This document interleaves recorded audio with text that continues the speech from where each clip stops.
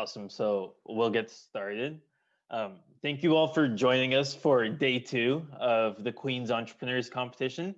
If we haven't already gotten the chance to meet, my name is George. I'm one of the co-chairs, and alongside me is Nicholas Payne. He's also a co-chair for this year's QEC.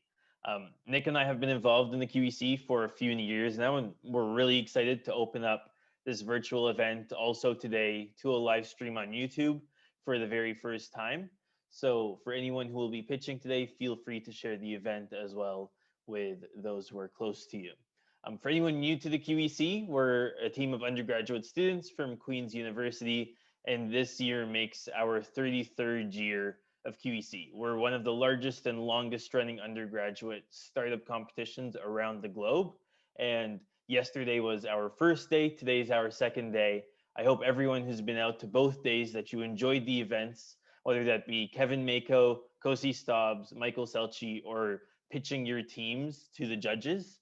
And I would also like to give another congratulations to the top 6 teams for making it out and for making it to the top 6 and now competing for the top 3 awards.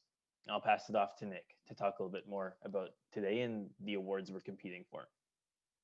Perfect. Thanks, George. So to reiterate what the teams are really competing for today, we've over $40,000 in a cash pool for the top 3 teams.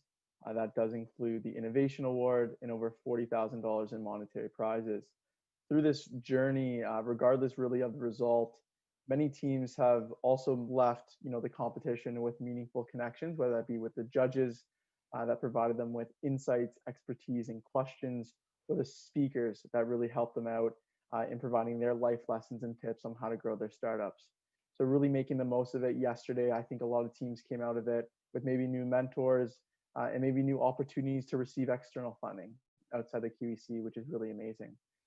Later this afternoon, we'll see 6 teams that have gone on through multiple rounds. First the preliminary, then the first round yesterday, and now entering the final round today. To determine the winners, we have an incredible panel of judges who have taken time out of their busy days to be with us today, this afternoon. First, we have one of our greatest partners, Peter Wilson. Peter is a 4th generation active manager of the Wilson family and is deeply committed to his community. And he has served on the board of the Trillium Health Partners Foundation and Young Presidents Organization. Prafna, a past judge to QEC, is a managing director of Maple Leaf Angels, Toronto. Most active network of high net worth individuals investing in emerging entrepreneurs in the Canadian technology ecospace, which is really cool. And then after her, we have another returning judge joining us, John Trang, a lifetime mentor of the QEC, longtime mentor, pardon me. John is really highly experienced in both investments and in the healthcare sector, is currently a partner at Persistence Capital Partners. I'll now pass it off to George here. He'll talk through some of our other judging panel. Awesome. Next, we have another longtime judge, Anatoly Melnichuk. Anatoly has founded many companies, whether it be Evandale Caviar, Buytopia.ca, CleverFox, SnapSaves, which was later acquired by Groupon back in 2014, and he now serves as on their C-suite. And most recently, he spearheaded SafeDirect, a company built to meet the demand for safe medical supplies during COVID. And he continues to invest in companies today, either at QEC or companies otherwise, and he mentors them. I still remember, similar to the note that we had from Kevin Mako yesterday, talking to us about hustle. First time I met Anatoly, he told me this story about Sun Tzu and the art of war. And his pitch was that the reason I shouldn't be scared of starting a company or coming up with the right idea was that it's the same thing that comes with war, which is if you put in the effort, you'll get what you want out of it. So his pitch was, when you go to war, you bring your ships to shore, you bring down your army, and then you burn all of your ships. That's exactly what Sun Tzu says. And his same thing was for entrepreneurship, which is as soon as all of those ships are burned on shore, you're putting in all of the effort you need to win that war on land because you have nowhere else to go. And so similar to Kevin Mako, Anatoly's a big believer in hustle, and he's a longtime judge of QEC, and I'm looking forward for you all to meet him. Another longtime supporter of the QEC is Lisa Kershaw. She's the managing partner of Boyden. Lisa has a strong understanding of executive management, and she's well regarded for her ability to understand the ins and outs of organizational decision making. So not only will she be evaluating your company's business plans, but she'll also be looking at the makeup of your teams and how strong of a team you are working together. Also, new to this year, we'll have Deborah Dobson. So Deborah started her career actually as a research engineer in the automotive industry and then recently moved into private equity and equity research. Now she works as a partner at Peloton Capital Management, and she's worked on numerous mergers and acquisitions. She works in strategical planning as well as operational roles since joining the organization. So we'll also be running over their bios again later on during the top six pitches when those begin, just so they're all there in the room and you can meet them and you'll know them face to face. So don't worry if you didn't catch all of their details right now. But beyond that, I'll pass it off to Artie, who'll walk you through what's to come today, our agenda, all the speakers in the workshops, so you know what to be prepared for the entire session. Okay, thank you, George. So hi, everyone. My name is Arthi, and I'm one of the competitor coordinators on the QEC. I hope you're all well rested because we have a super duper fun agenda planned for today. I'm going to be presenting the itinerary to you right now. So we're soon going to be hopping onto an entrepreneurship panel at 10:30 a.m. This panel has four amazing panelists, such as David Hayes, Lynn Chen, Michelle Kwok, and John Armstrong. So, for those of you who don't know, David Hayes is the founder and CEO of AVO. His tech company focuses on developing the software for self driving vehicles, as well as the safety technology so that pedestrians and drivers are able to navigate their cars better. He's also a Queen's grad, so that's a super fun fact. Another tech panelist that we have is Lynn Chen. She was actually awarded Forbes 30 under 30 in enterprise technology last month. So if you have a chance to meet her, definitely congratulate her on this amazing achievement. Michelle Kwok is our next panelist, and she's also the co-founder and CEO of FILK, which stands for Female Laboratory of Innovative Knowledge. The QEC loves that her organization is dedicated to increasing women empowerment. And our final panelist is John Armstrong, and he is the CEO and founder of Armstrong Partnership.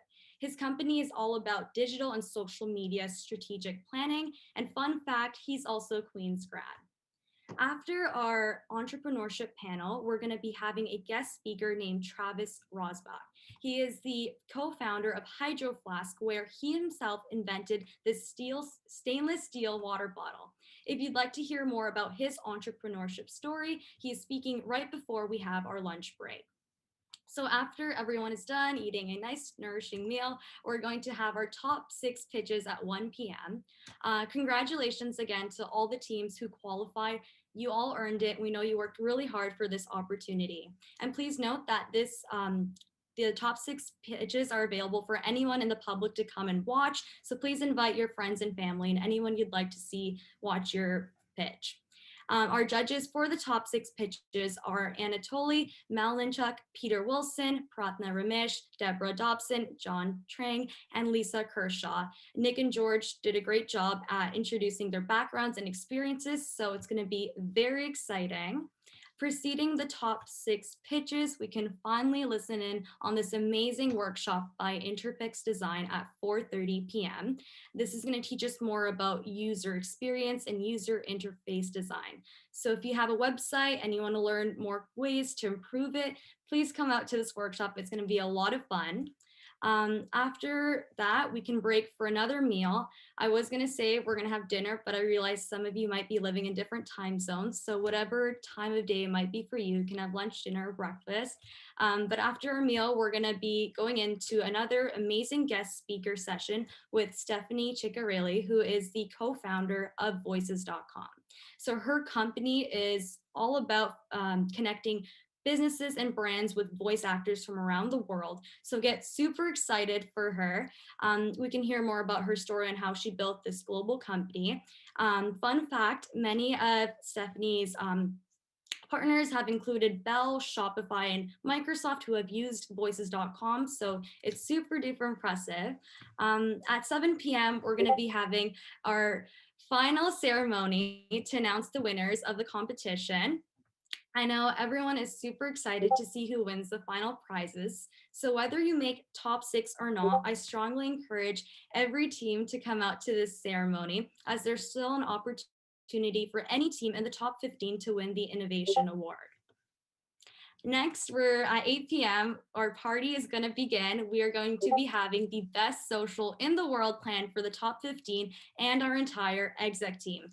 So I hope everybody can enjoy our Friday night together at our social, which we'll be celebrating at 8 p.m. And yeah, that's our itinerary for today.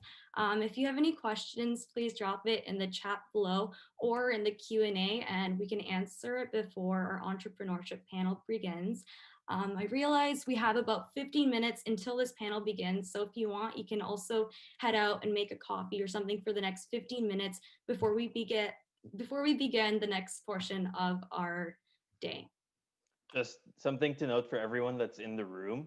The panel will be in this room, so there is no need to leave the room. You can just stay in this one and stay on this link, and you can take your break.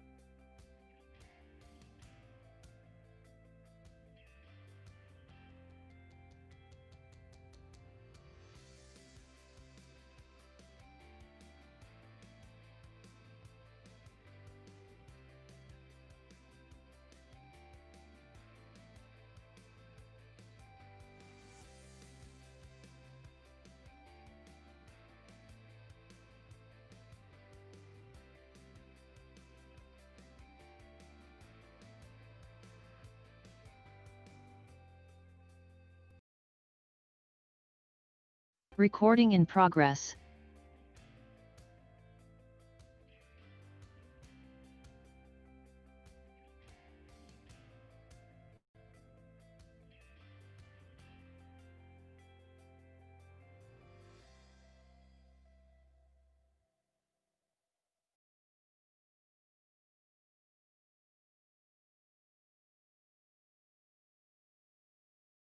Recording in progress.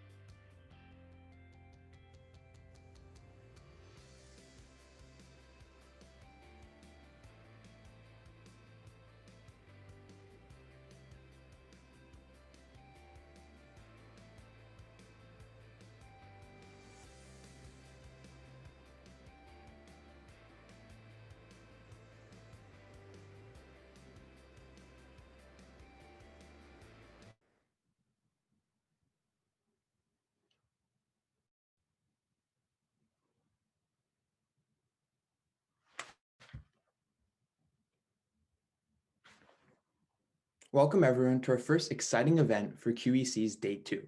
My name is Paul, and along with Maria and Dylan, we'll be moderating this panel on entrepreneurship.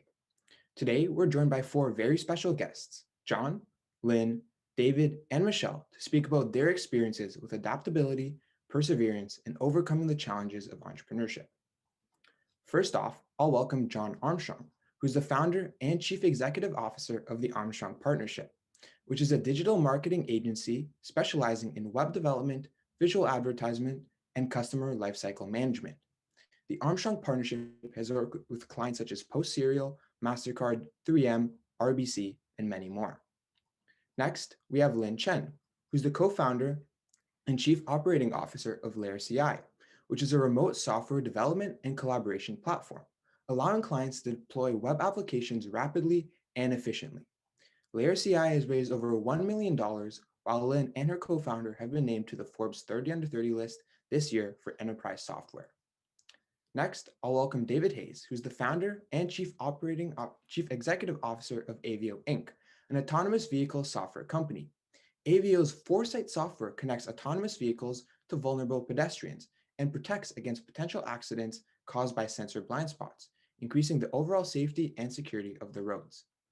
Last but not least, we have Michelle Kwok, who's the co-founder and chief executive officer of Flick, which stands for Female Laboratory of Innovative Knowledge. Flick empowers female founders, leaders, and students with connections to apprenticeships, startups, and mentorship. Michelle is also a Next 36 Canada Alumni Representative and League of Innovators Council member. Now, I'll hand it off to Dylan to start the Q&A. Awesome. Thanks so much, Paul. Let's start off the Q&A by having each speaker go into a little bit more detail about what their company does, maybe a unique distinguishing factor, and some future plans that they have for their venture. The order we'll follow will be John, then we'll go to Lynn, David, and then Michelle, and we'll follow that order throughout the rest of the panel. All right, thank you.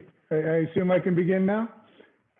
So Armstrong Partnership, to be brief, is one of the leading exporters of technology talent in the marketing technology area, specifically with platforms like Adobe and Salesforce. And the competitive advantage we have is really the recruiting, retention, and development of Canadian talent and the ability to export that through our office in Toronto and New York to the rest of the world. We work with 7 other countries, mainly the United States, but Latin America, Europe, Asia Pacific. And a lot of the Canadian talent that we use is differentiated, number one, because of the excellent education that's available to us, as well as our ability to deliver the solutions, both at a high level of quality, but with about a 30% cost advantage to specifically the US dollar denominated clients. Is that about the right amount of time? Yeah, that's great. Thanks, John. Pleasure. Awesome. It's nice to be here and thank you for the lovely introduction. So a little bit more context on LayerCI. Our big mission and vision for the future is really that we believe technology is taking over the world, and we want to help those tech-enabled businesses disrupt their industries. Under all of the businesses, really the technology and moving fast with technology is incredibly important. And a lot of the people who enable that are developers, software developers in particular. And so from our own previous experiences of running tech-enabled companies, we wanted to make it as easy as possible for these developers to focus on what's important in their business. So we take over the automation of testing the code, and we actually also uniquely show a preview of what the developer has created on the customer view before they push it out into the world. So giving that feedback cycle a faster turnaround, and so therefore making it easier for them to work every day. So we have a presence in over 10 different countries now, and it's really awesome to have started this business and to have actually been inspired by people at the QEC who are mentors during my journey, and happy to share more about that later. Awesome, Lynn. Thanks a million for that. First of all, my name is David Hayes. I'd like to thank the QEC for having me today. I'm very excited to be here. Seems like a cool conference and it seems like there's a great roster. So a little bit of background about AVO. I launched AVO about 3 years ago. And what we did is we built a semi-autonomous vehicle. So a car that could drive Toronto to Kingston, no hands, no feet. And we were never intending to compete against the large automotive players. We just needed to build a test mule to then build our technology that connects people to autonomous vehicles in a way where the pedestrian's enabled. And what we did is we actually found out, great, okay, we built this technology, but the market was lagging. So we focused now on the construction vertical. And so what we're doing is we're building the first fully connected and autonomous construction site. And we're working with some of Canada's largest developers.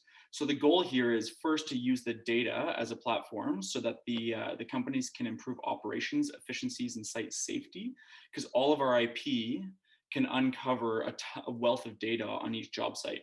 And then once you have that platform of data, then you can start to connect and automate vehicles on site to enhance the operations. So where our competitive advantage lies is all of the IP we have to specifically locate where people are on a job site and where the vehicles are on a job site will give a wealth of information. But when the job sites become connected, we are one of the only companies in the world who have autonomous vehicle experience to then start to create autonomy on the job site. Cool. Hi, everyone. I'm Michelle. I am the co-founder and CEO of Flick, and we are a platform and community hub that connects female founders and leaders with students from across the world through meaningful apprenticeships. So founders are able to get helping hands on their businesses, everything from software development to marketing and everything in between. And students are able to gain career relevant experience, skills training, and mentorship under established female leaders. Currently, we are the only female focused apprenticeship portal. Since January of 2020, we launched our beta, and since then we've been able to match over 1,600 women in apprenticeships from 52 countries around the world. So it's been a really exciting journey so far. And we are pretty much the only organization that has a view into every single step of the female founder pipeline, all the way from apprentices who start off with apprenticeships with these female founders, all the way to them becoming founders themselves. So it's been a really exciting journey. And yeah, we're definitely on a mission to advance women's economic participation and accelerate women-led ventures around the world. Amazing. Thank you. We really can't wait to hear more about each of your journeys. So I guess we'll just jump right into the questions. So the first one we have today is, could you describe your decision-making process behind starting your business? So did you have kind of an aha moment when you identified a gap or need in the market? And was it difficult to leave behind a more traditional path of school or a 9-to-5 job while embracing the risks of entrepreneurship?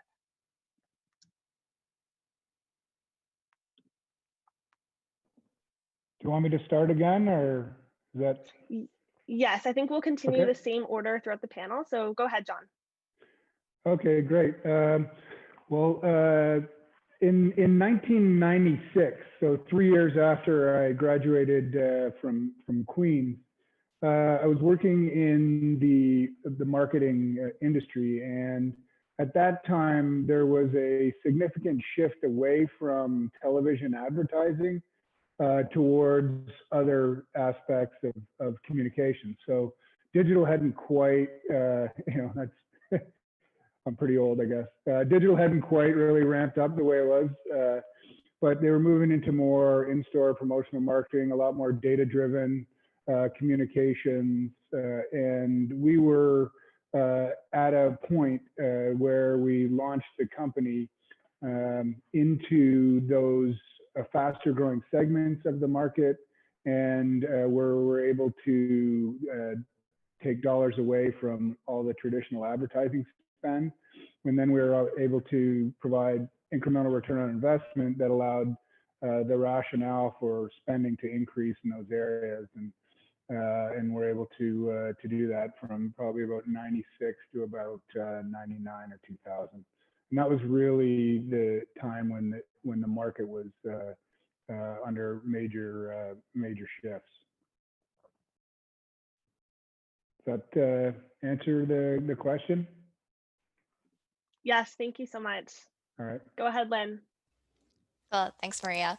Yeah, I guess I'll start with why entrepreneurship for me, and then go into a little bit about why LayerCI, or the inspo behind it. So, why entrepreneurship for me? I come from a family of entrepreneurs, in particular farmers, from generations ago, where if it's off season, you got to do something to keep to keep your family going, and so they had to be crafty with little businesses that they started here and there. Um, so I got exposure to that. And then when we immigrated here to Canada, I got exposure to my family not being able to find jobs, and actually starting their own businesses from our home. And so I was the kid who really got exposure by helping my parents hand out posters all across town, and then starting my own little businesses since I was 10 years old. And yeah, I think my parents never really wanted me to go into entrepreneurship because they knew how hard it was, right? It's very difficult. It's very stressful. So why go into it?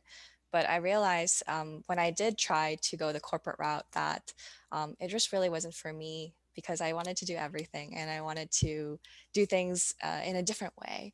And so that's why I wanted to be in entrepreneurship, and also just to be a visible face in the community. And why LayerCI? It really was born from what we saw in the market, but also my co-founder's own experience as a software developer for over 12 years. And he had realized, as both a software developer and a manager, that people were having a lot of trouble with DevOps, which is the testing space that we're in. It's not really fun. It takes up a lot of your time.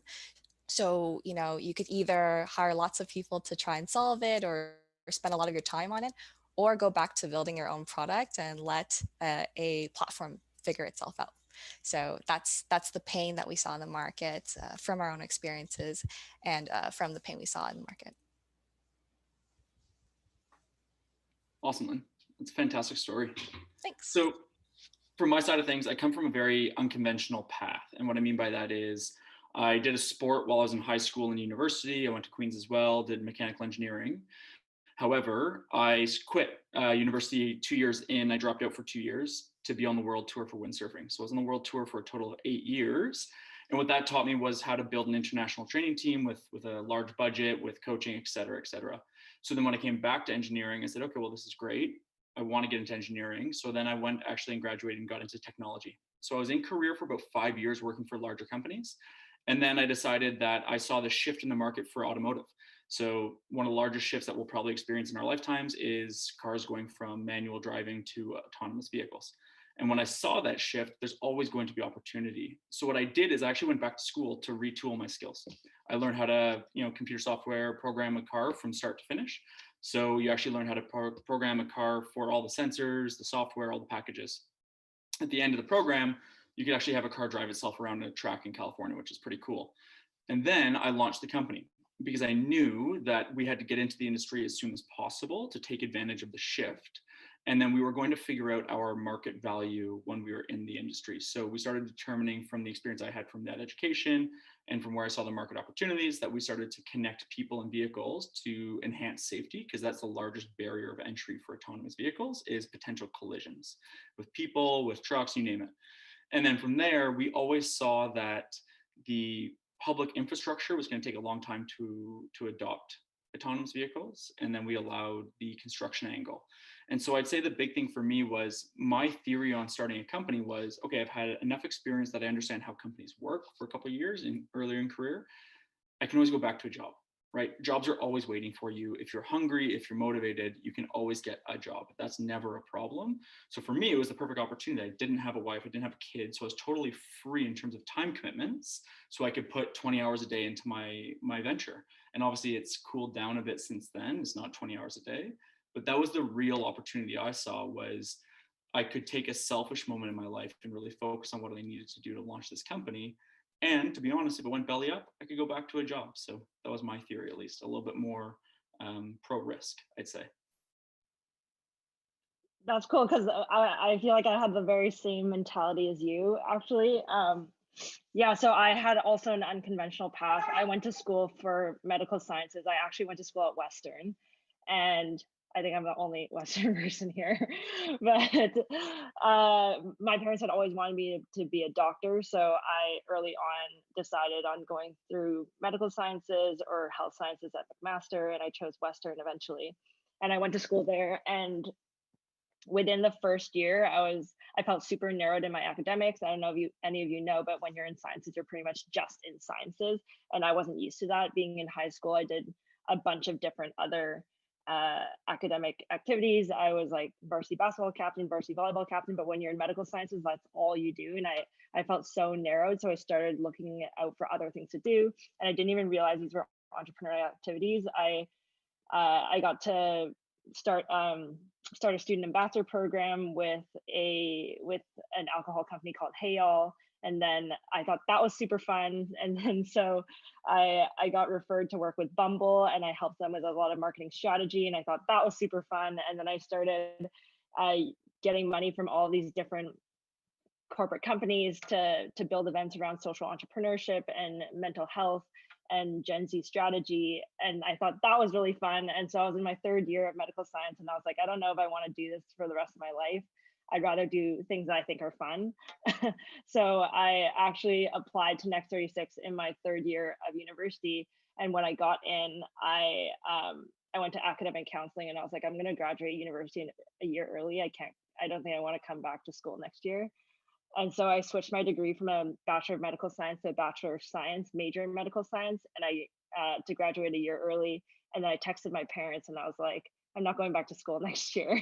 I'm going to this program. It's called Next 36, and Next 36 is like one of the top entrepreneurship programs for young founders in Canada. They take 36 young founders, and you all move to Toronto, and you go through this really intensive program to become an entrepreneur. And it was really great for me because I'd never had any traditional business experience before, and it was kind of like a crash course MBA. We got taught by like the CEO of Wealthsimple, CEO of Purpose Investments. All our professors had pretty much created companies, sold them. Our main professor sold his first company for like 525 million, then his next for 125 million, and he's still like selling all of his companies now. So it's great to hear from different people who were in investing and had actually practically used that knowledge, and practical entrepreneurs who had sold their companies. And so from a medical science student, I ended up getting a ton of awesome business experience. But while I was in the program, less than 18% of our cohort were women. And a lot of the mentors and the teachers that came in were all men, and we didn't really have a lot of access to female founders or mentors. So my roommate at the time, we decided to go out and find female founders for ourselves. And we were talking to all of them, and we were interviewing them, and we were putting them online. It was kind of like a side hustle for us. So we started Flick as a media company in June of 2019 as a side hustle to meet a bunch of female founders. And when we were talking to them, they all were like, oh, we're super under-resourced, we're undercapitalized.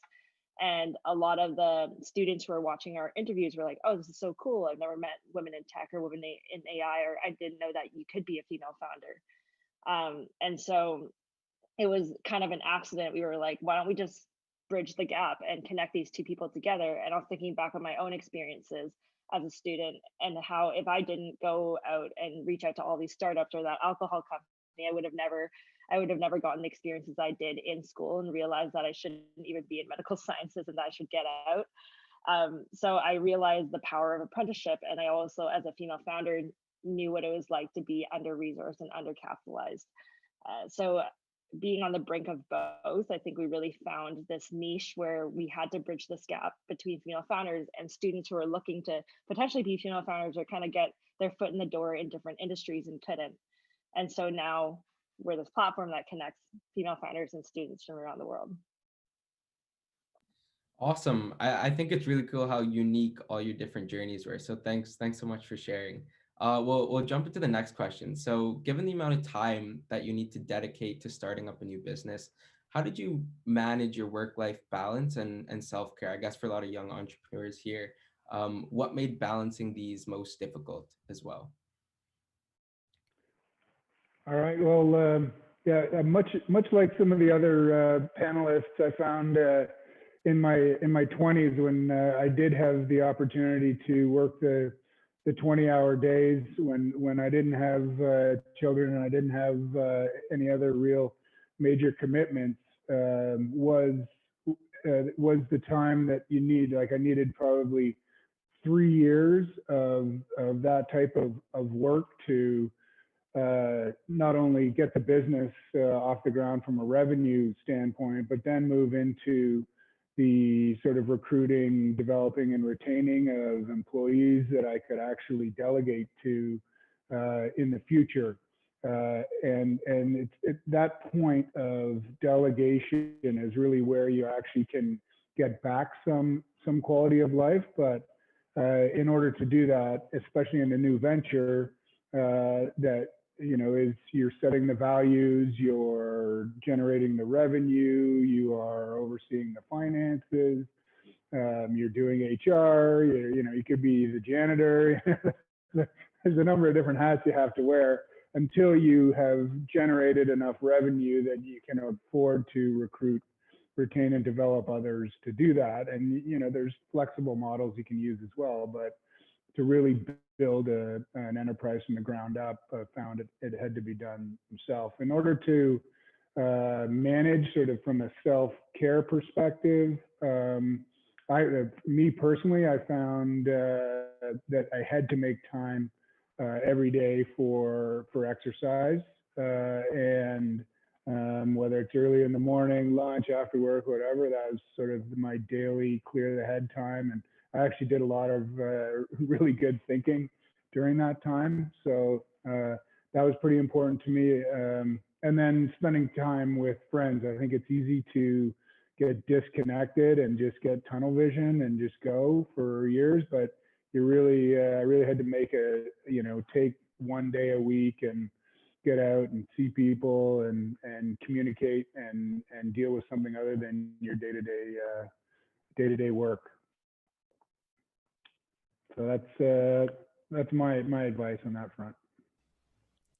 That's good advice, John. I'm totally with you on the fitness part. It is also my clear my head time as well. Totally resonate with that. I love to weightlift. That's been my thing for so long, and it's a great way to also, meet people and learn from each other on the fitness level. I've noticed a lot of really brilliant entrepreneurs are also great runners and great athletes. And I think the things you learn in fitness also help translate into entrepreneurship too. So yeah, I think self-care wise, I'll address that first. Powerlifting, taking walks. When we were having our busiest time, we were going through Y Combinator, my co-founder and I. Every time we were having a major decision we had to make, or it was stressful, my co-founder would just say, let's go out for a run. And so we would just go running for a bit and clear our head. And that was a great bonding experience as well. And other than fitness, I think sleep is super important. I think when I was in university, I decided, oh my gosh, I'm going to be like Elon Musk, and I'm just going to work these crazy hours all the time. But having good sleep, I prioritize now, because burning out really sucks. I've burnt out before. I burnt out really early on, and it sucked. And I think, to me, when I think about failure, that's the only failure I see, because I've done it before. I failed at taking care of myself before. So if I do it again, it's my fault. And I think there's so many ways you can be creative with your day, whether it's hiring the right people around you to replace you in certain roles, but also using automation tools and stuff like that to help make your day more productive.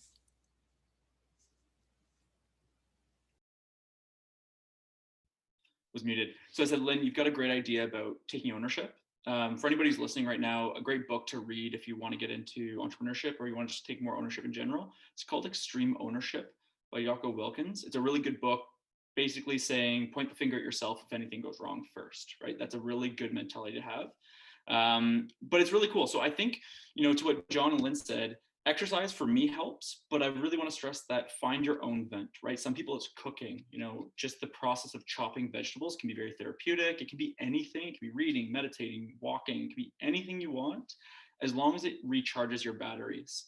And what I did, to John's point, I actually doubled up friendship and exercise. So I found some really motivational people who exercise, and I would join running groups or biking groups or whatever it is, because then you're actually doing 2 in 1. So then all of a sudden you save those hours, right? So your friends tend to be the people who are doing the things you want to do, and then you end up hanging out with them more. So I would join like really early morning cycling clubs or running groups or whatever. COVID aside, let's just put a huge asterisk there. But I think that's a good way to double your time in terms of enjoyment, and then save those hours for either your rest, your recovery, or your work later on in the day. In terms of well-being, I cannot stress enough, surround yourself with people who support your decision to go forward with entrepreneurship, right? So it's going to be your decision ultimately at the end of the day. And most entrepreneurs are very laser focused on, if I'm going to do this, I'm going to do this. And so it's really important to surround yourself not with yes people, but people who are supportive, right? Get people who challenge you in a way that's loving, but also supports you. So when you spend time with them, it recharges your batteries instead of sucks your energy away. And I think be really critical with who you spend time with, because you only have a finite number of hours for social time in any given week. So you might as well use that with people who actually make you really happy at the end. And you know what it feels like. It feels like your batteries are full when you leave a cool conversation. So be very critical about who you're spending time with, and you'll see that it just kind of compounds in terms of energy coming back into the body. So that's my take on it. Pretty much everyone said what I want to say. So I'm just going to keep mine short. I totally agree with what David said. You have to choose what works for you. And several things work for me. Cooking, I do cook every now and then to break up the day, especially for lunch. And then I also grew up with a lot of music. So I learned for me that music was super therapeutic for me to just play music. And so on the side, like I'll make up songs, and that is something that's really therapeutic for me. And then also I do run as well. Especially when we first started and things were getting really busy in the summer, it was always sunny outside. Now it rains all the time, but it was super sunny outside. So I ran so much that I started running half marathons, and that was like the best thing for me, because then you get time to really, really think through all of your ideas. And that personally, I like to run by myself and just think for myself. And then my friend time is separated. But to David's point, you really realize who brings value to your life, and if it's net positive, then they've stayed in my life, and I'm really grateful for that, and I always stay in contact with them as well. But you notice that your circle does get smaller over time, because you don't need those like fringe members anymore. It's really just, can you support that person? Can they support you? Do they believe what you're do they believe in what you're doing, and are you believing in what they're doing? So definitely take everyone's advice and just create it in one. That's so awesome. Yeah, great advice. I totally agree. I think exercise and hobbies you enjoy is so important for mental health and self-care, and surrounding yourself with supportive people. So amazing advice. So the next question we have is, what are the greatest learning experiences you've had while working on your venture? And what are some of the key skills that you have learned that you believe are most important in entrepreneurship? So go ahead, John. You can start us off. All right, thank you. So, when I look back onto some of the mentorship and advice that I've got, one of the pieces of advice that I received early on in my entrepreneurial journey was that it's very valuable to set up an advisory board or council that will assist you. The advice that was given me was, get a group of people that have seen the movie You're Just About to Live, and are able to provide perspective on that. So we were able to find an individual who could set up that advisory board for us. And the lessons I learned were from people who specialized in certain areas. One of the people specialized in revenue generation, and specifically on exporting from Canada. So breaking through the sort of Canadian border into the United States selling Canadian intellectual property to global consumer brands, mostly in the northeastern US. And they had an experience doing that already. They knew exactly how to do it. They'd set up an office in New York. They had sort of shared their capital investment strategies and how they actually were able to go from being just a Canadian business to a North American business. And that was exceptionally helpful. One of the other advisors I had really taught me the discipline around people management, what excellence in recruiting, what excellence in developing, what excellence in retention looks like, and the discipline behind that, and the theory behind that, and some of the best practices. So that's been really helpful, and I continue to receive advice 25 years later from the same individual on the same thing. And then the final piece for me, one of my weaker aspects of my entrepreneurial skill set was financial management. And early on, I had a relatively weak CFO. And this group actually was able to sort of shine light on that blind spot that both myself and my CFO were actually not that strong from a financial management standpoint. And then they guided me to really invest the time, effort, and money into some high quality individuals from a financial management standpoint, both from my tax advisors all the way up to my CFO to a controller, as well as cash flow discipline, and managing banking relationships. So those skills have continue not to be my strongest point, but they have improved over the years. At least I know how to manage it better, and I do have great CFO to help me. So those would be the three main areas that skills have developed. And I would say if anyone's looking for help setting up an advisory board, either myself or I can put you in touch with somebody, because it was a game changer for me. That's excellent, John. Thanks for sharing. I guess I have two key things I've learned so far. It's really hard to distill down, just two, because I feel like I'm learning so much every day, and I'm sure the other founders in the room are feeling that way. The first, I guess, key thing I've learned is you have to be able to think globally and have these various perspectives. It's not just Canada, it's not just Toronto, it's not just North America, right? What are other people in other countries facing? What are their takes on particular trends in the market? And I think having that global perspective makes you think about, okay, how big do I want to keep this business? But also, like, what are different approaches, and how can you be more creative in the way you actually execute on your business?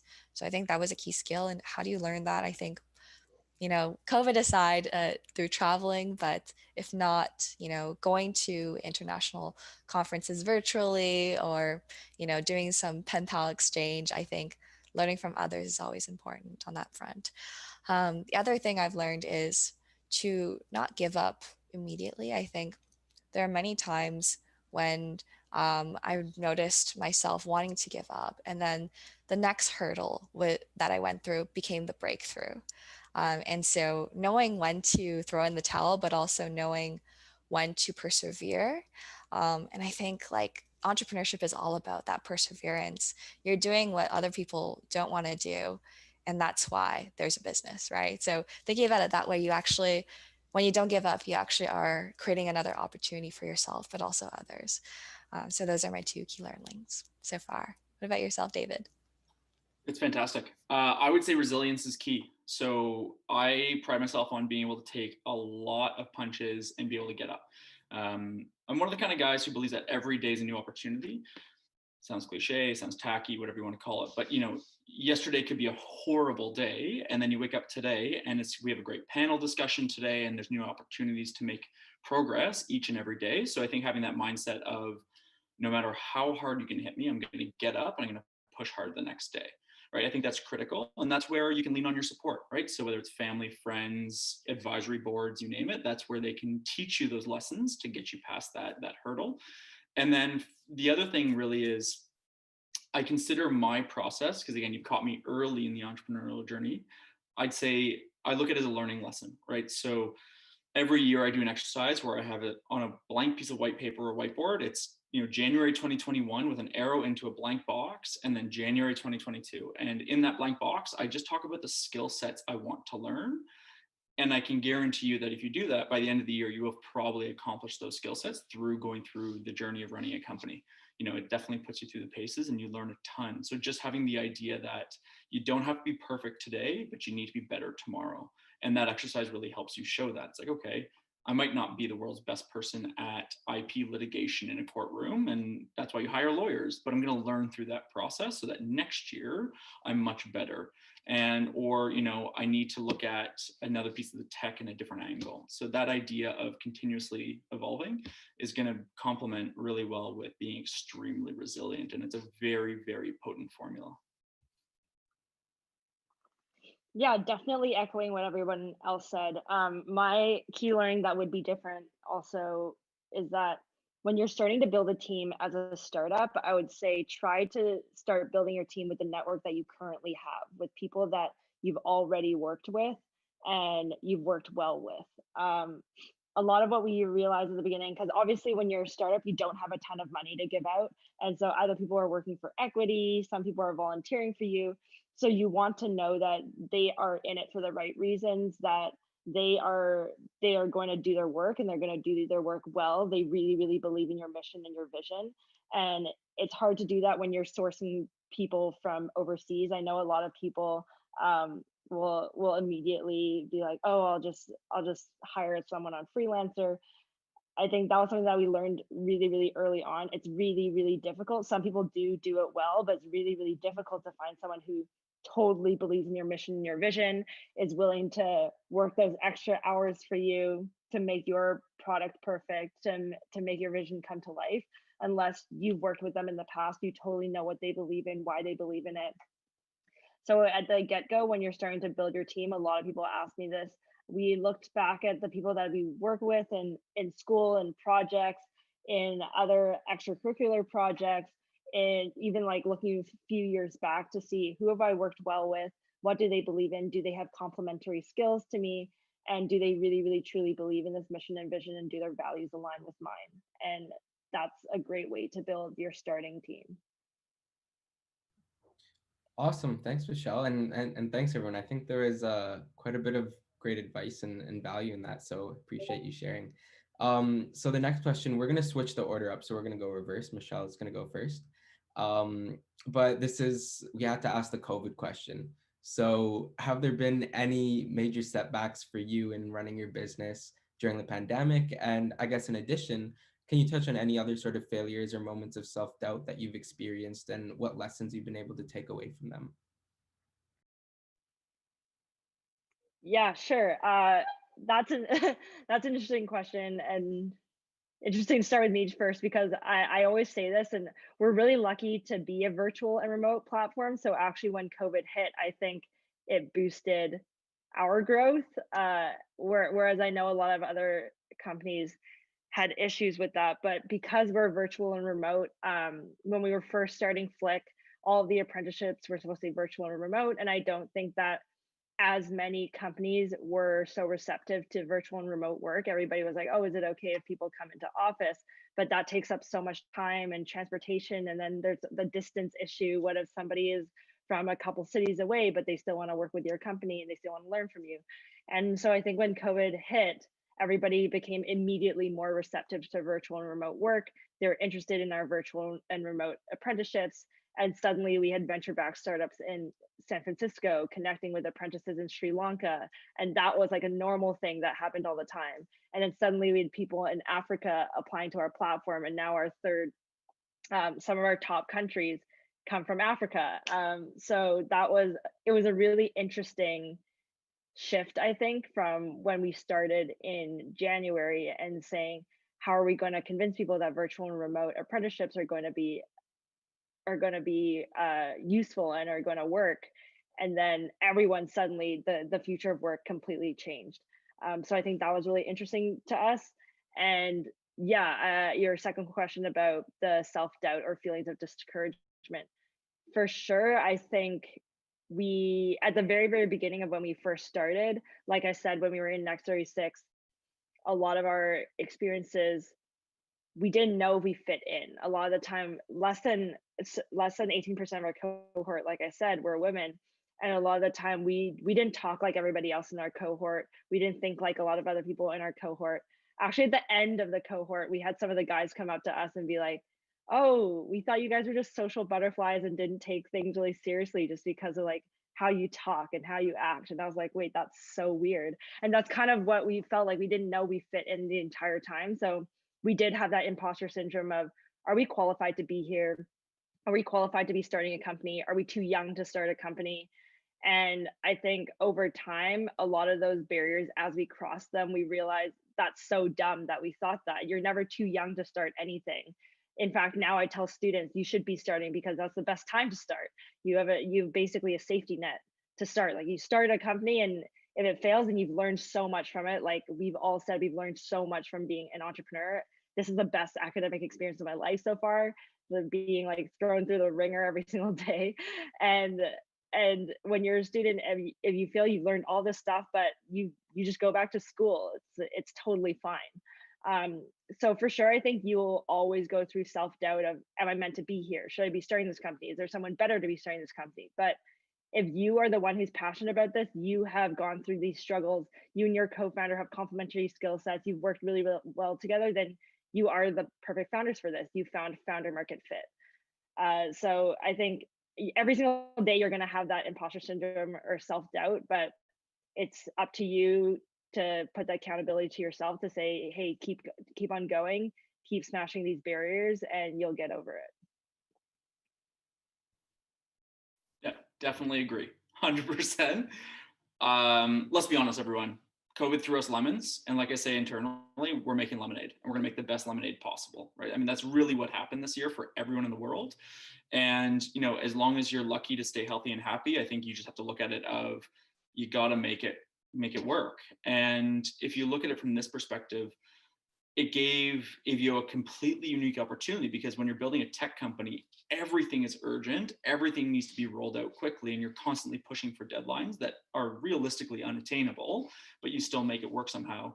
But the whole world went on pause, right? So when March hit Canada last year, everyone went blinders on, I have to focus on my own company. And that gave us a completely unique opportunity to say, okay, we had a functional prototype. Let's evaluate what we can get done before the world resurfaces and customers come back to the table, because every customer basically went internal. So we actually took that opportunity to take a functioning prototype and productionize it, which is a huge step for a startup company. I mean, that's a massive leap, especially with the complexity of our solution. And so what we did, we put our blinders on, use the opportunity to basically just put heads down, get work done, hit the milestones, so that when our customers resurfaced, which was May, June, July, we were like, hey, look, we have a parceled product on the shelf ready to rock. And they were blown away because we used the opportunity instead of worrying about, oh my goodness, the world just stopped, right? Because that's kind of what it felt like. The other thing I really want to stress is, yeah, COVID was a nightmare as a founder. I mean, let's be honest. You wake up one morning, you have to tell your team, okay, you're going digital, and they turn to you for all the answers. And you're not a whiz kid. You don't have all the answers with COVID. So you have to basically just piece it together one day at a time and just reassure your team constantly, because they're looking at you for reassurance. And so you're going to feel self-doubt, and you don't have all the answers. So you just need to understand that it's okay not to have every answer. And it's okay to tell your team you don't know, but you're going to work on it, right? And that's a really acceptable answer to have. And then there's times where you need to provide answers eventually, but just allow yourself to go through the motions. And when you feel self-doubt, go into the exercise we talked about earlier. Go for a run, go for an exercise. I set up a home boxing setup, and I am loving it. It's a great vent for me. So I made sure that when I was having a hard time mentally, I just go in there, wail on a heavy bag, come out with some answers, and then, you know, start the day again, basically. So basically what I'm trying to say is just make lemonades when life throws you lemons. Awesome, and love the positivity, David. Thanks for sharing. I guess regarding COVID, let's address that first. Agree with everyone. It was hard for many businesses, and I really think tech businesses are the lucky ones. And unfortunately, I think a lot of people had to really scramble, especially in retail, to open up e-commerce businesses, stuff like that. So I saw it in my own family where, as I mentioned, my parents are entrepreneurs and they have a storefront, and we had to make a website for them to make sure that they can keep operating. So I did see that firsthand. And for a lot of other non-business owners, all of that, being a health worker is really hard, and I just want to say that we are the lucky ones, right? But even in tech, obviously there are some unique challenges. In terms of hiring, I'd really love to see an in-person office. I think that would be really great for our productivity, actually, because a lot of the best companies in the world start with the people seeing everything around them. I think it makes you more of an owner as an employee because you get to be a part of that action. It's a very unique experience. So I hope that becomes an opportunity once more after COVID. Also, not being able to meet as many awesome founders in a serendipitous sort of way, I think, is something I really miss. We used to grab beers with people on Fridays in Toronto, or we would fly over to somewhere to meet people. And that was just such a unique and amazing experience that I miss as part of the entrepreneurship community. And the last thing that I think was a unique challenge, but very interesting, was we raised our entire funding remotely, right? Raised $1 million remotely. How do you do that? How do you build that trust that fast? It's not two people running around in the valley, right? And pitching at every meeting and getting to your next one. It's Zoom, Zoom, Zoom, Zoom, Zoom, Zoom, right? So there was a bit of a burnout for sure, but also like there's no roadmap or blueprint for that. Not many people could say, hey, I raised remotely. So it was interesting and challenging to figure that out. And I think a lot of it comes down to just taking every meeting and reflecting on it, thinking, hey, how could I have done better? And also just being really confident, knowing that this is a period. And also I spent a lot of time actually talking to a lot of entrepreneurs from the 2008 crisis, asking them what they did at the time. And a lot of amazing businesses happened then. So a lot of amazing businesses can happen now as well.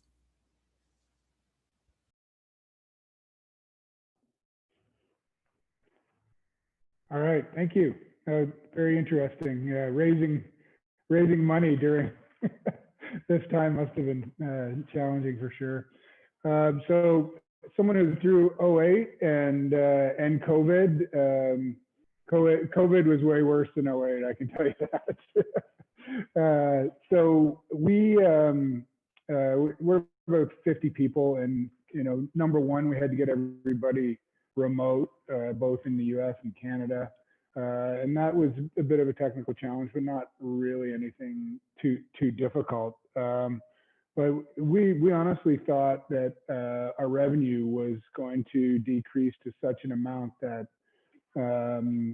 we were either, are we going out of business or what are we doing? Like from March to April to May, it's the decline in spend, everything just froze basically. So, you got a payroll of 50 people that you're paying and all this kind of stuff, and your burn rate is going through the roof. So it's pretty scary time. But as Lynn says, the technology people are the lucky people. So when the spending did come back, a lot of it went into sort of digital transformation type of activities, and people playing catch up on digital transformation stuff that they should have done a long time ago. And so by September, October, we couldn't keep up with the demand. We were sort of sold out to, for the remainder of the year. So, lucky ones for sure. We feel for all the other sectors that didn't have that. We see through our clients, we see airline sector, we see a lot of travel and entertainment and that's been decimated, obviously. So feeling quite lucky. Revenue forecasting was exceptionally difficult. I did find a model, a sort of COVID crisis management model from McKinsey that we were able to adopt and use some of the best practices there. And that was quite helpful just on a lot of reinvention and understanding, sort of trying to put some structure into what we were doing at that time. And, self-doubt, that is something that the imposter syndrome that Michelle was talking about earlier is very real. You're a young entrepreneur, and you're sort of feel like you're winging it, and there's a lot of self-doubt, no question. For me, I was luckily able to join up with some organizations early on in my career, and other entrepreneurs, I would recommend that. I joined an organization early on called PEO, Presidents of Entrepreneurial Organizations. It's just a forum of 10 or 20 entrepreneurs that get together and once a month and tell war stories and sort of communicate their feelings around their businesses. I felt that was helpful. Top 40 was helpful. I met a lot of entrepreneurs there. Quantum Shift is an entrepreneur education program. I felt helpful. And then a group of us started something called a CEO Co-op, which was just a number of entrepreneurs that got together and created our own little not-for-profit that we use to provide ourselves with meetings and education and retreats and things like that. So that's been really helpful for me to have listening to other people's self-doubt stories and tell my own self-doubt stories. And that sort of built resilience for me. Amazing. Thank you. That's really great advice. I think self-doubt and setbacks are a huge part of entrepreneurship. So great advice. Thank you. And I think we'll move in to finish off the panel to the Q&A. In the interest of time, I think we'll just have one panelist answer this one. So whoever wants to can just jump off mute. But if you could give each member of the audience one piece of lasting advice for how to succeed as an entrepreneur, what would it be? So any panelist, feel free to jump in. I can take this one. Yeah, so, you'll hear a lot of advice throughout your life, and I think the one that's been most impactful for me is the concept of value. I think the amount you give is, super important. So being able to provide value at every step of the way, even as a student, can you help someone that's a little bit younger than you trying to learn a course? Or, as an entrepreneur, it doesn't always have to be money. It can also be your time that you volunteer to help another founder. I think especially in entrepreneurship, it does take a village, and it's always taken a village, and it will forever take a village to raise an entrepreneur and help them out. And if you cannot provide value yet, then level up. So I think it's great motivation because a lot of people are depending on you, and you'll have more interesting things to say if you level up.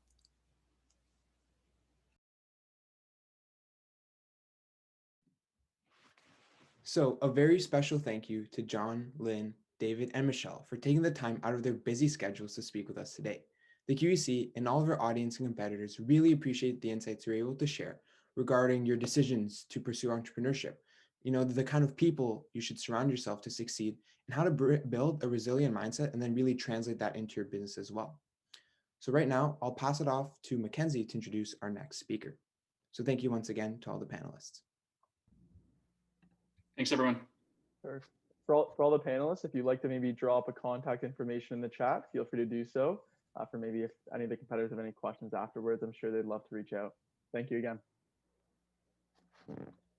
Fantastic. Thank you, Paul, and a huge thank you to all of our panelists today for that incredibly insightful panel. Next up, I'd like to give a warm welcome to our keynote speaker, Travis Rosbach. Travis is the founder of Hydro Flask, a very well-known color-coded stainless steel water bottle company. Throughout his entrepreneurial career, he has founded 4 companies: Hydro Flask, Tamalo Group, 5%back.org, and Oahu Signs and Screen Printing, and continues to have mass success to this day. The idea that started on a beach in Hawaii, Hydro Flask was inspired by discovering a harmful chemical found in plastic water bottles. He and his partner found that there weren't any alternatives that would keep their water cold enough, so they devised their own. What started as a water bottle company selling at local farmers markets grew into a multi-million-dollar company within a few years and has become an environmentally friendly staple in many people's lives. Aside from entrepreneurship, Travis has experience as a commercial airline pilot, scuba dive master, U.S. merchant marine captain, and yoga instructor. And it is extremely evident that Travis's drive, entrepreneurial passion, diverse experiences, and culture for giving back have played a massive role in his success throughout his career. It is without further ado that I give a warm welcome to Travis Rosbach. Oh, thank you. Can you guys hear me okay? Uh-oh, can you hear me okay? Yeah, you're all good. I'm good. Okay, good. Well, thank you so much. It's always interesting to hear about myself and the different stories that that people resonate with and hear. So that's great. Thank you. So I was told that the topic of these this forum, this talk, should be on some difficult times that I've gone through and things that I've struggled with and how I overcame it. And I had this huge speech that I had in my head. It was all written up in my head and ready to go. And I realized that, you know, these days specifically, like this month, this quarter of this time, we're all going through extremely difficult and challenging times. And so I think what I'll do is I'll just kind of make that speech a little bit shorter, and then we'll open up for Q&A and maybe go over some real world situations or see what kind of questions there are when I get done talking about myself, which is one of my least favorite topics. So anyway, we started Hydro Flask, and it just kind of came through me. It just was kind of I just kind of channeled it. I don't know where it came from. I don't know how it came in. Some people call it divine intervention. Some people call it, I don't know. I still don't know what to call it, but it when it came in, it was just a definite that I needed to help put it out into the consciousness, into the world at large. And when we started really strong. We started ordering, our first order was about 3,000 bottles. And we found that by the time we paid all of the business expenses to get those 3,000 bottles, we could only afford about 1,500. So we ordered 1,500 and got them coming in. They sold extremely well. We got the next 1,500 in. Those sold even better. And then we ordered 20,000 and things were going really well. The 20,000 ended up putting us kind of on the map and getting us some back orders and things like that. So we ordered 40,000, and that's when things really got sort of exciting. It was our third order. And so I took off back over to China. Yes, they've always been made in China. We never did make them in Bend. We were always based in Bend. The world headquarters is still here in Bend, but they've always been made in China. So I went over to China, and our first order, or our third order, excuse me, the 40,000 was going fairly well. And then I ended up getting like maybe with the flu du jour. I don't remember if it was bird or swine or avian, or I don't remember what the flu was. But I was there for about 3 weeks, and every day I'd go to the factory and I would make sure everything was going well. And then at night I'd go and check myself into the hospital. And on top of all of that, the credit cards didn't work. And so I didn't have any money. And so I was eating a lot of chicken feet and rice off of off the street with the food vendors. So it was a tough 3 weeks, but the 40,000, they were looking great and everything was going well. We got them all packed up and shipped across. And I got home to pick them up, and I got home on a Friday. We had a photo shoot on a Saturday, and we filled the bottles up with some water and got great photographs. The sky played nicely. The weather was beautiful. We even had a dog, and the dog even, did his part. It was really good. It was a great photo shoot on that Saturday. Monday, I ended up in the office in the world headquarters and opened up one of those bottles, and it had rusted over the weekend. And stainless steel isn't supposed to rust.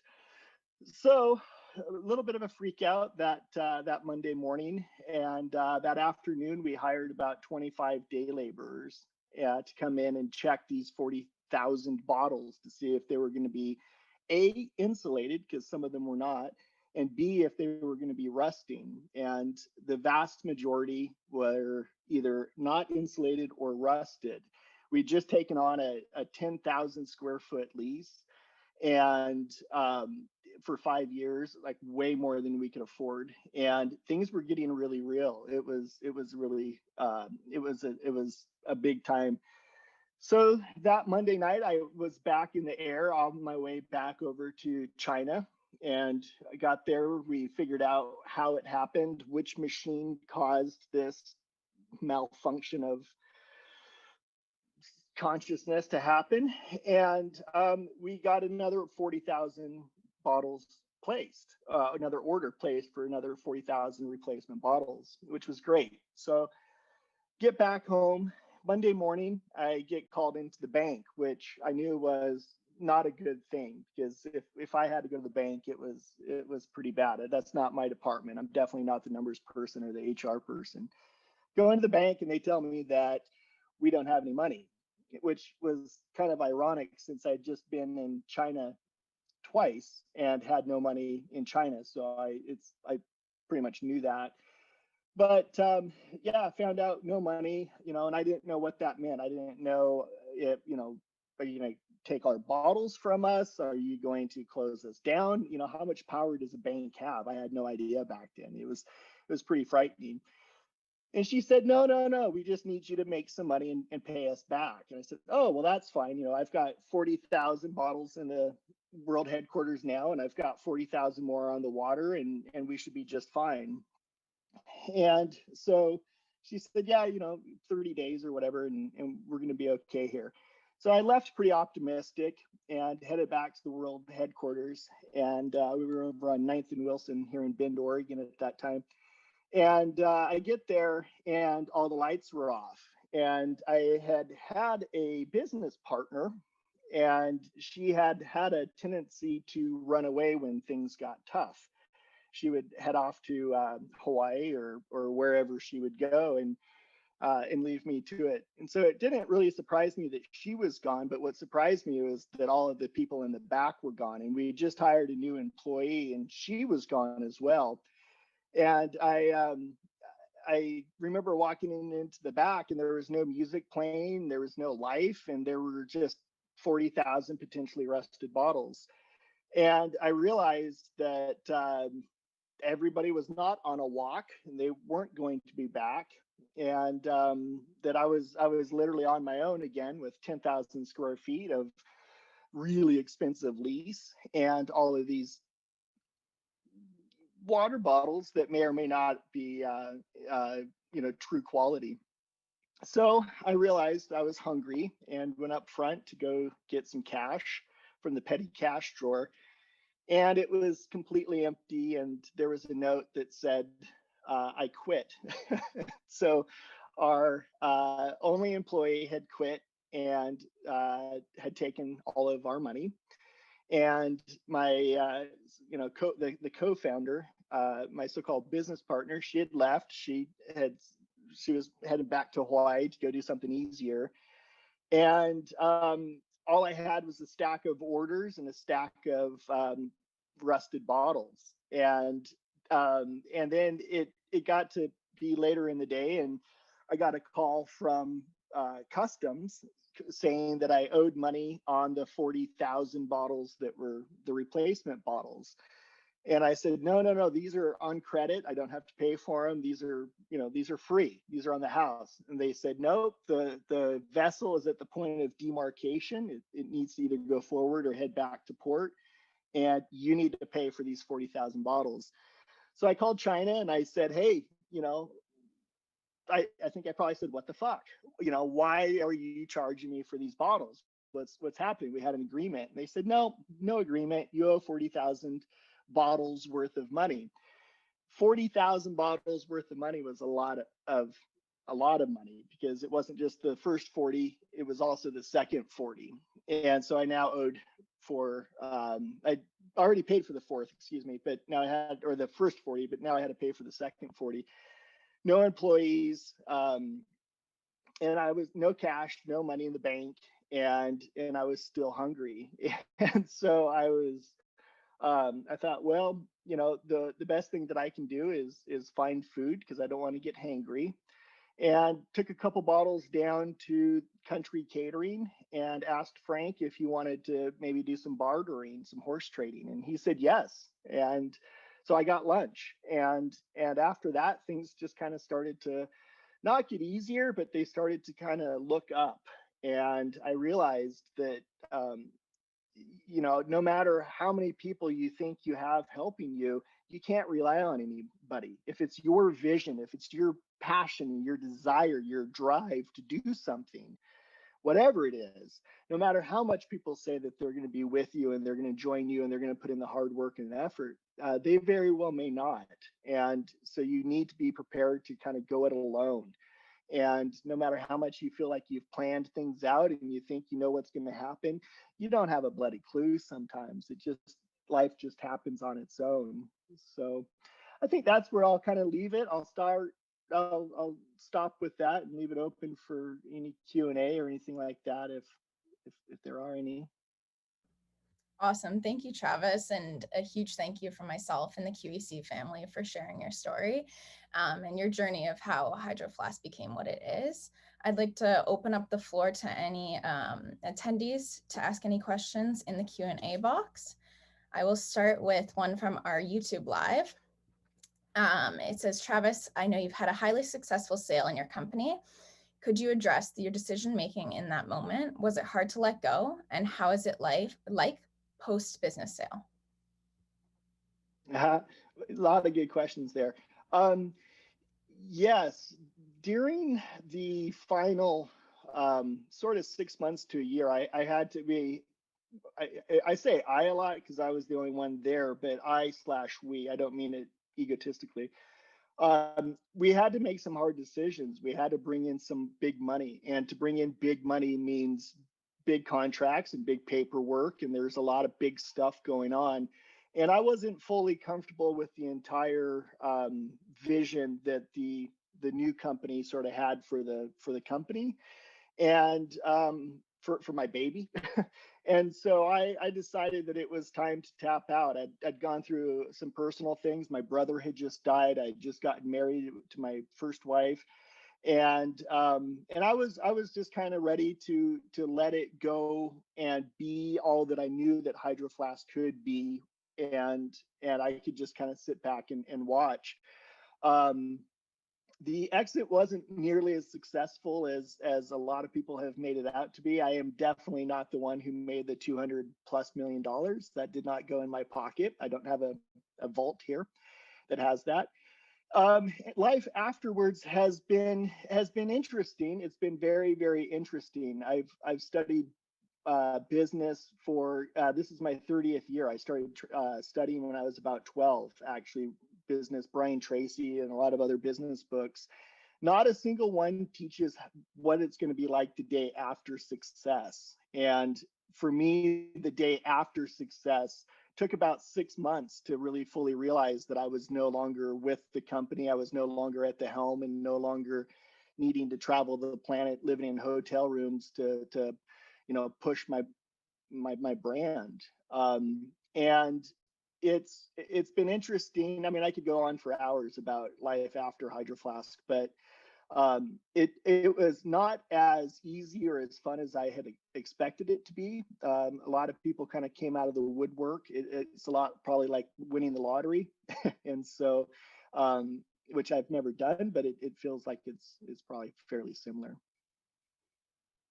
Awesome. Thank you for that. It's interesting to see your perspective of the story and from just hearing the media.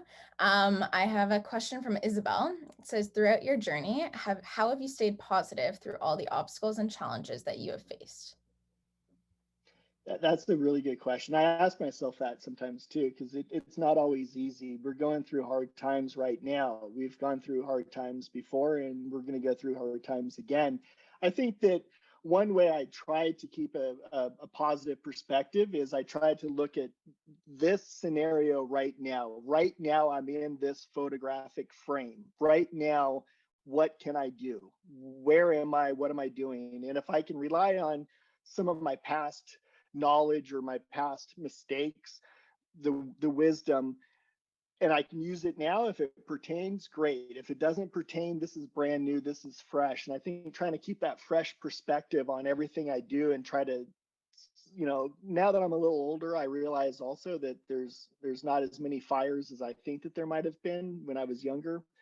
And it's things typically work out fairly well.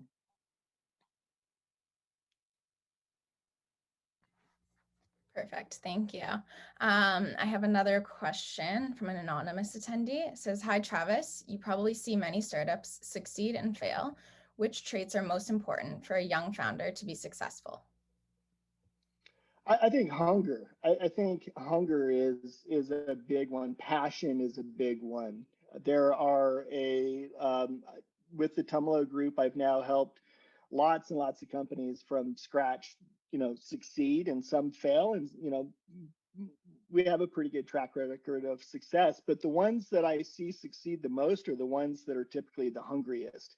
There's a burning passion. It's something they can't quite explain, something that is inside of them that they just know that this has to be. It's almost like I said earlier, like a higher calling. Something is pushing or pulling them towards some far off distant horizon. It's been said quite a few times that being an entrepreneur is like chewing on glass and staring into the abyss. And I think if you can just have a little bit of a glimmer of light on the other side of the abyss, sometimes that's all it takes. And if that's all you have, that's all you have. And you got to use it to your advantage to keep moving. Yeah, we've definitely seen a theme of hunger and hustle throughout the weekend. So thank you for that. Another question I have is, how did you find the motivation to bounce back from rock bottom? It seems like a lot of my life I spent at rock bottom, which is ironic because I've had so many great successes in my life. I've had a lot of really positive things. I mean, I've done some really, really amazing, phenomenal things, but I've spent a lot of time at rock bottom also. I think I just take really big risks, and I really hope for the best. And sometimes I know they're going to work, and sometimes I feel they're going to work, and sometimes they just don't. But I think what keeps me motivated and keeps me moving is, like I said, just some little unknown spark, just something that is like a calling, or maybe even it's a push. And sometimes it's a push and a pull. It pushes me towards it and it pulls me towards it. And if it's meant to be, I feel like I haven't been given this vision if it's not to be, if that makes any sense. I don't know. Yeah, for sure. Another question that I have in the chat is, having started off selling your stainless steel water bottles at farmers markets, how are you able to stay motivated to sell them and keep a vision to eventually scale your business to such a large scale? I think that, like when I was a pilot, flying skydivers was actually a lot more fun than flying for the airlines, and flying in these little broken airplanes that I didn't know if I was going to have to use my parachute or not, I think was probably a lot more exciting than flying the big jets that, I nearly turning the buttons and knobs and nearly falling asleep, and sometimes falling asleep.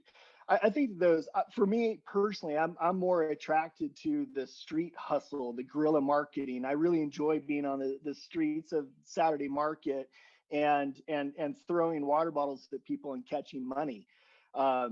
So to grow it, it was just I knew that basically at some point we'd hit critical mass, where if we sold enough in Portland and we sold enough in Bend, then Oregon would buy enough. And then if people left Oregon, then they would take it back home to wherever they were going, and then they would start selling them there. And it just word of mouth. We have it was a great product, and it was a time that people needed to start drinking more liquid, and having new options was favorable.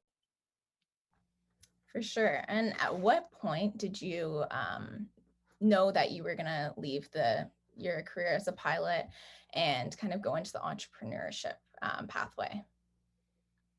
Well, I was flying most recently in the flying chapter. I was flying predominantly Lear jets, Hawkers, Falcons, but predominantly Lears for a charter company. And this was after the Seaborne Airlines down in the Virgin Islands. And I was in the hotel rooms 27 days a month. And my barber, or excuse me, I could get my hair cut, because I had to make sure that I was within a half hour of the airport. So I always told my barber, like, I got 15 minutes to get a haircut. Costco was 16 minutes over from my house. And so that was 1 minute over the threshold. So the company I was flying for wouldn't even let me go to Costco. And I was like, no, I'm out. If I can't go to Costco, I don't need to be here. So I quit. and then entrepreneurship just sort of happened. It was like by necessity. It's like, oh shit, I now need to pay bills. What do I do? So we actually started a real estate company down in Florida. But yeah. Awesome. Thank you. I have a question from Vanessa in the chat. She said, do you have any book or podcast recommendations for growing as an entrepreneur? Thousands. I just ordered some new bookshelves so I can finally get my books here. I would say Brian Tracy is probably the best all around. I think he's a Canuck as well, actually. So you guys will be able to, recognize some of his nuances. Not that there's a lot of differences between the two, but Brian Tracy, the ultimate Brian Tracy, I think he's on like Audible, things like that. Napoleon Hill, Zig Ziglar, a lot of just motivational like Anthony Robbins, Tony Robbins. I know some of it gets a little cheesy, but some of it can actually be really beneficial and get you through those hard times. But I'd say Brian Tracy's probably been one of my biggest influences. I've had, I own vast majority of his books. Awesome. Okay, so I have another question in the chat, and it says, what do you think the #1 differentiating and unique factor for Hydro Flask was? Well, we were the first to do the vacuum insulated water bottle, basically. And that really put us ahead of the competition. There was really not a lot of competition. In fact, when the idea kind of first hit me, it hit me in the back of the head. I was at a sporting goods store in Honolulu, and I walked in to get a plastic Nalgene, like you were just drinking out of there, McKinsey. And there was this whole huge shelf where they used to be, this wall, not even a shelf. It was a wall of where the bottles used to be. And I walked up and they were all gone. And I asked the guy, I said, what happened to these bottles? And he said, well, we don't really know what's going on, but the owner is French and they pulled the bottles from the shelf because in Europe, there's this thing, we don't even know what it's called, but maybe plastic isn't good. I said, well, who's going to fill up this wall? Who's going to make this? And the guy said, nobody. There's nobody else. And it just kind of came out of my mouth. I said, I'll do this. And he laughed at me. But in between me saying it from my mouth and him laughing at me, I saw myself in the future up on stage talking about a water bottle company. And sure enough, I was at a keynote speech down in California, and I had like this holy cow deja vu moment of, yeah, this is the future I saw 10 years ago. And it was about 10 years to the day, or to the month, excuse me. And I've completely forgotten the question. Hopefully that answered it. Oh, it's something about, so then vacuum insulation, yeah, there was the only bottle on the market at the time was SIG, and SIG came out as having BPA, and then there was one other one, but they were single wall. And I tried both, and the single wall one, I'd take it down to the beach and go surfing, and I'd come back and my water would be too hot to drink. And so there was really no reason to even take water. If I can't drink it, it's too hot. And I'd remembered that my grandpa had a thermos that was glass and metal, or glass and plastic. And I think it was glass and metal. I thought, well, instead of doing glass, why can't we just do metal? And so that's how the whole thing kind of started, with the double wall vacuum insulation. Perfect, thank you. I have a question from Felipe. He says, hi, Travis, thanks for all the insight you shared so far. Did you face any IP related issues with manufacturing in China? If so, how did you tackle them? That's a very common question I get at the Tummel Group all the time. I think two big topics. Okay, so yes, IP infringement does take place in China, but it also takes place in America. Yes, yeah, we absolutely did. In fact, the first two biggest competitors that we had were actually our neighbors in Bend, Oregon. One of them was our screen printer, and I don't mind calling him out. I won't say his name, but he knows who he is.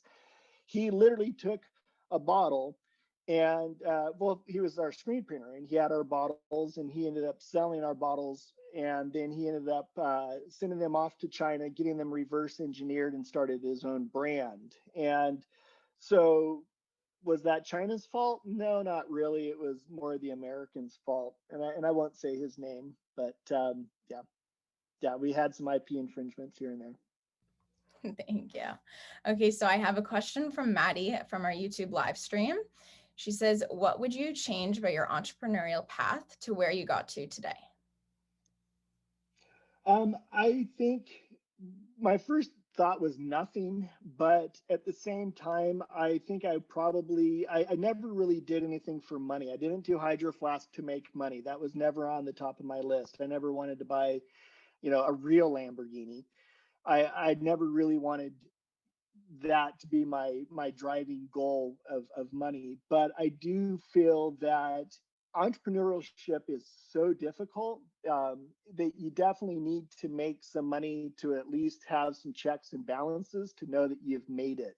So even though money may not be the driving motivator, I think that it does still at least need to play at least some part in the entrepreneurial path, because there's a lot of cold, hard, sleepless nights where, things are not looking up and they're not looking good for tomorrow. And to at least have a nice, warm, soft bed in a house to live in is always preferable.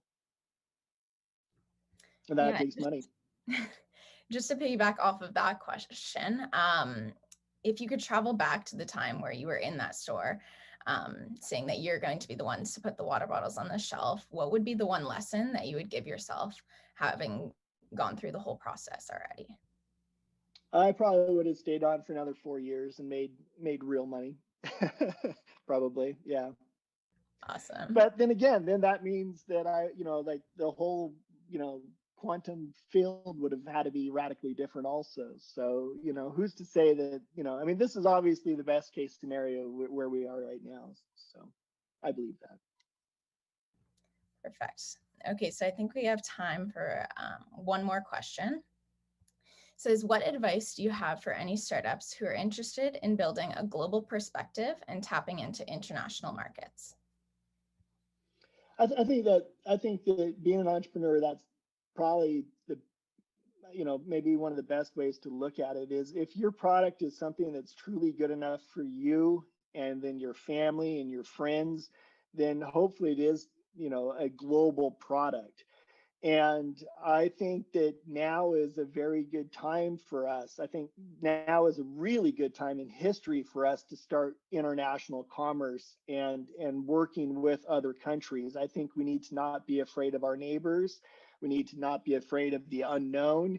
We need to get out more if we can, if we have the luxury. We need to travel. And I think doing international commerce is a great way to do it. Plus, it's always a write-off, right? So if you can make a wonderful product, a good product that benefits mankind and humans in general and all sentients, well, then by all means, I think you're obligated to and make that an international company. Absolutely. Did that answer? Does that sound good? Yeah, for sure. We can do a few more questions, I think. One question from Liju in the chat. He says, what's your next big thing? So what are you currently working on? What takes up your day-to-day life now? We've not launched yet. We've not signed all the paperwork, and as soon as it happens, I'll put it back out there. But everything I do, I like to do big. I like to do big stuff, and I'm helping a lot of really cool companies with the Tumalo Group go from idea all the way through to launch, and I'm working with a lot of cool companies on that. I've got equity in a fair few businesses, and so yeah, there'll be more on that later. So we'll end it off with this question. What is the greatest thing that you have learned throughout Hydro Flask? Wow. Corporate espionage is real. No, I probably shouldn't say that out loud. I would say that if you have a passion, if you have a vision, then it is possible. And even if you don't know how, it doesn't really matter. It is possible. I don't think that we need to always know how. As long as we know why, it is possible. And I say do it, go for it. Just jump right in and burn your bridges behind you and burn the boats, because if you don't have a plan B, then it will eventually work.